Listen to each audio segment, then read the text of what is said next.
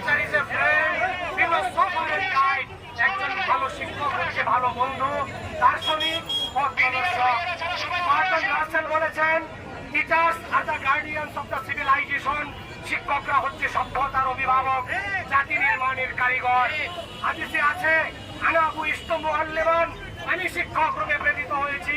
কাজেই আমরা যারা নিজেদেরকে শিক্ষক হিসেবে পছন্দ করেছি, শিক্ষকতা পেশাকে পছন্দ করেছি, আমি মনে করি এরাই আসল মানুষ, যারা হাজারো মানুষদেরকে প্রকৃত মানুষ হিসেবে গড়ে তোলার জন্য আজীবন সাধনা করেন।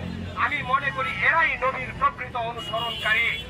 এই মহান পেশা শিক্ষকদের সামান্য বেতনে শুধু সম্মানের জায়গাটুকুর জন্য শিক্ষকরা শিক্ষকতা পেশায় পছন্দ করে আসে। আমরা আমাদের সম্মানের জায়গায় এসেছি। আপনারা